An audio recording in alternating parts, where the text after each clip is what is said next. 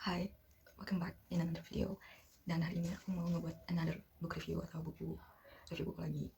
Dan kali ini sepertinya aku membawa kabar gembira untuk review buku di video ini karena this book that I've just don't read adalah satu buku yang benar-benar bagus banget.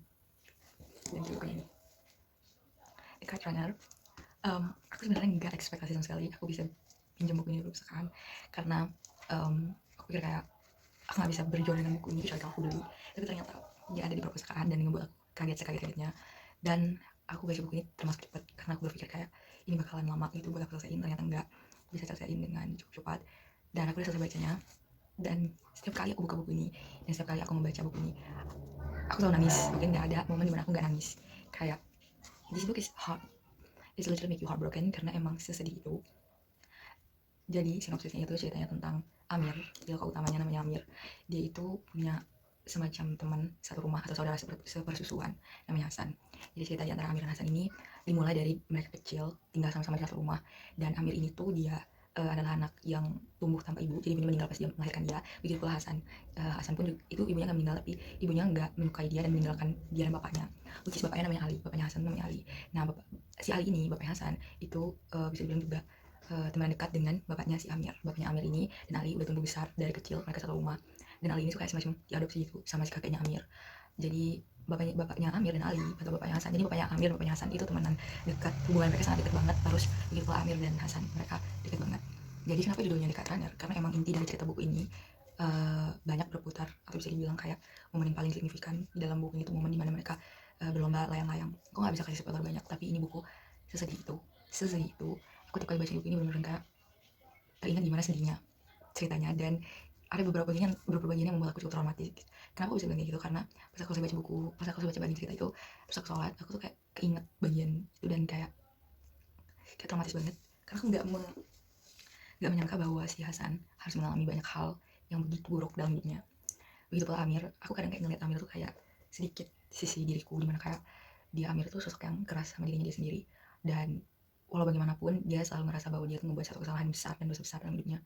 Padahal sebagai pihak yang membaca buku ini, aku bisa ngerti kenapa seorang kecil, seorang bocah berperilaku seperti Amir, dan melakukan hal yang bisa dibilang menghantui dia sampai dia udah besar, sampai dia mengidap insomnia. Cuman buku ini tuh benar-benar yang kayak aku sedih banget, tapi aku juga sangat suka dengan endingnya. Dan aku sangat mengajarkan buku ini sampai bisa diangkat menjadi film karena emang ceritanya itu sebagus itu teman-teman. Ceritanya tuh benar-benar ngikutin pertumbuhan Amir dari dia kecil, dari dia masih kayak kanak-kanak sampai dia udah dewasa, sampai dia udah punya istri. Dan buku ini tuh benar-benar kayak merangkup banyak topik, termasuk topik tentang keluarga, topik tentang Afghanistan, yang dimana di cerita ini, di buku ini ada dibahas tentang gimana Afghanistan sempat dikuasai oleh Taliban, dan sekarang pun Afghanistan dikuasai oleh Taliban juga, mereka berkuasa kembali. Dan it's so heartbreaking to just know about it. Karena jujur aku gak terlalu banyak ngikutin tentang Afghanistan, tapi pas baca buku ini aku jadi kayak menyadari gimana susahnya kehidupan masyarakat Afghanistan ketika Taliban menguasai negara itu.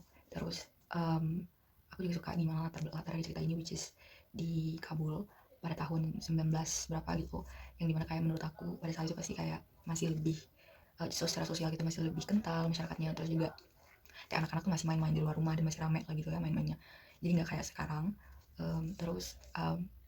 Jujur buku ini tuh banyak memberikan pengalaman baru dan ilmu-ilmu baru buat aku, baik itu dari segi sejarah, dari segi kayak budaya Afghanistan, terus dari segi kayak agama juga, aku muslim, jadi kayak banyak bisa kami pelajari di sini. Aku tahu bahwa di Afghanistan sana banyak yang Islam Sunni dan Islam Syiah juga ada. Terus aku juga kayak pokoknya banyak hal baru yang kita bisa petik dari buku ini. Dia tuh halamannya ada sekitar hampir 500 halaman. Jujur aku awalnya nggak ekspektasi bisa seperti selesai buku ini, tapi karena ceritanya yang sebagus itu, jadi nggak kerasa mau baca 800 halaman tuh nggak kerasa sama sekali dan nggak ngebosenin sama sekali. um, Salah satu karakter yang bisa dibilang sangat membekas di sini adalah karakternya Baba, atau panggilan Amir buat bapaknya. Menurut aku karakter Baba tuh menunjukkan sosok orang tua yang luar biasa hebat di dalam membesarkan anaknya si Amir.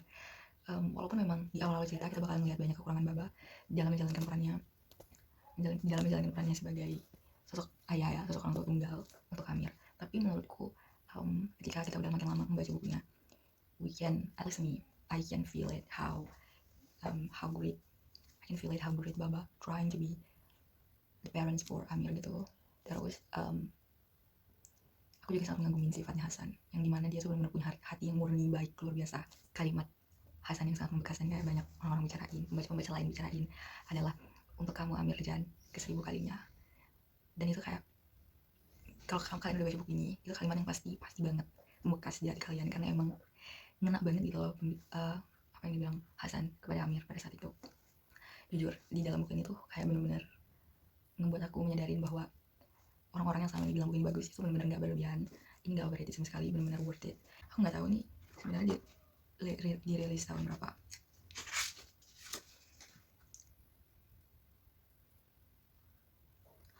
Ini dirilis 2003, jadi dia istilahnya kayak klasik menurut aku, yang pastinya bisa banget jadi klasik kalau menurutku ya. Apalagi dia ini ada sejarahnya juga tentang Afghanistan dan gimana Taliban sampai sekarang pun masih menguasai Afghanistan, which is like wow. Dan buat yang muslim menurutku wajib juga baca, karena ini kayak you missing out something so big if you haven't read this book. Ini beneran bagus banget. Terus aku juga suka di bagian dimana Amir tuh lagi jatuh cinta. Ini juga ada di sini. I'm so sorry kalau misalkan aku spoiler atau segala macamnya, tapi I'm just trying to tell you which part of the book that I really like.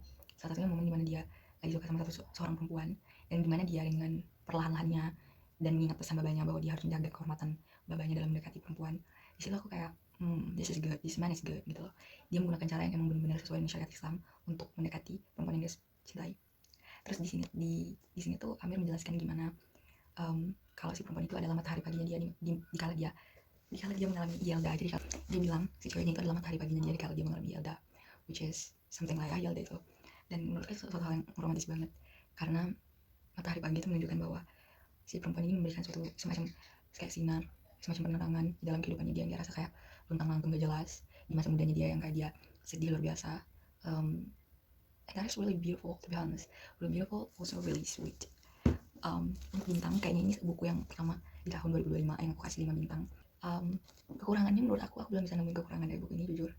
Mungkin yang kayak baru aku kayak nyadarin adalah gimana buku ini tuh kalau misalkan kalian bukan muslim, mungkin bakalan membuat kalian memandang bahwa muslim itu, atau ya pemeluk agama Islam ya, muslim itu adalah agama yang radikal, agama yang mendukung kekerasan dan mendukung perang dan segala macamnya. Karena di sini ada juga dibahas tentang Taliban dan segala macam semalis dan segala macam aturan-aturan yang Taliban berusaha untuk terapin di Afghanistan, yang dimana mereka mengatasnamakan itu Islam, ajaran Rasulullah SAW.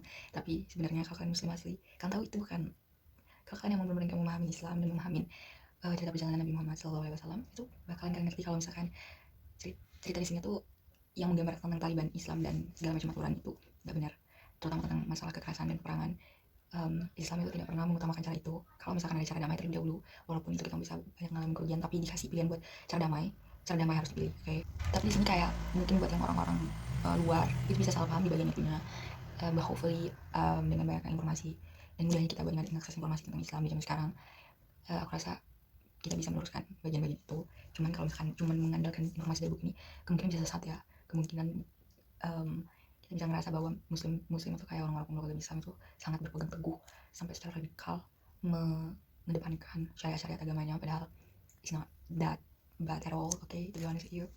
Dan dia itu review buku yang ini. Nah terus aku tuh ada buku kedua yang aku pinjam dari perpustakaan, itu bukunya Kazuo Ishiguro, The Remains of the Day. To be honest, aku baru kayak some pages in, dan aku masih belum bisa kasih review apa-apa. Sebenarnya dari sinopsisnya sih kayaknya ini bakalan jadi buku romance. Mungkin nanti aku update lagi gimana kayak perkembangan aku baca buku ini. Terus sebelum ada 2 buku ini yang aku pinjam, aku sebelumnya itu nyelesain baca Haruki Murakami, Lelaki Tanpa Perempuan, dan buku dari The Comfort Book by Matt Haig. Aku udah buat review buku Lelaki Tanpa Perempuan by Haruki Murakami, dan itu aku kasih 4 bintang. Kayaknya nggak salah 4 bintang deh ya. Itu juga pengalaman yang menarik banget dalam perjalanan aku ngebaca buku, karena jujur cerita-ceritanya kayak out of the box sih, unik dan baru. Aku baru kayak nemuin penulis yang unik seperti itu cara nulis ceritanya. Terus aku juga baca Matt Haig, itu buku juga kayak bikin sedih jujur, walaupun judulnya The Comfort Book. Untuk ratingnya di Comfort Book itu mungkin aku sama kasih 4 star juga, 4 bintang, karena itu buku kayak kumpulan quotes yang bisa menenangkan kamu di saat kamu sulit, di saat kamu sedih. Dan menurutku sih kayak quotes-quotesnya bagus, bandingkan aku foto-foto quotes-quotesnya dari buku itu. Tapi karena aku lebih mencari yang bisa dibilang buku fiksi gitu. Jadi I can't give that book 5 star really.